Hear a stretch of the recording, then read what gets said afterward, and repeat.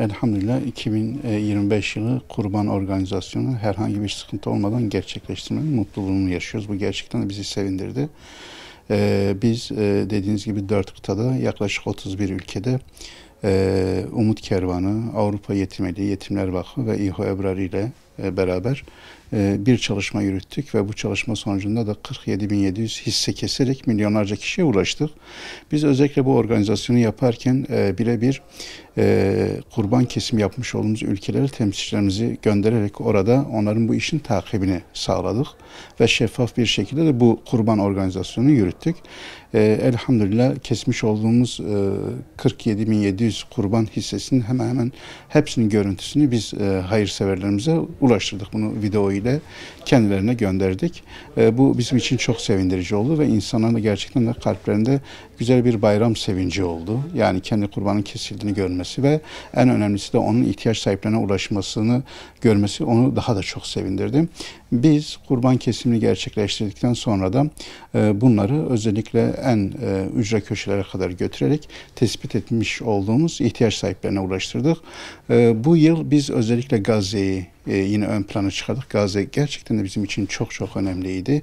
Biz Gazze için de 10 binlerce kurban hissesi vekaleti aldık ve onu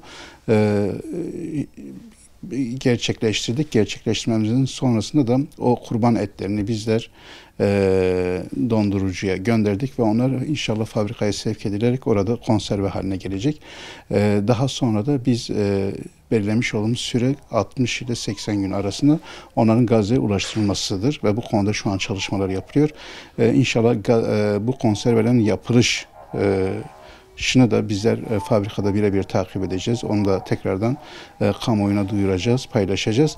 Ve inşallah hep beraber onların Gazze'ye girişini ve oradaki ihtiyaç sahibi olan kardeşlerimize ulaştırması noktasında da çalışmalarımızı yapacağız.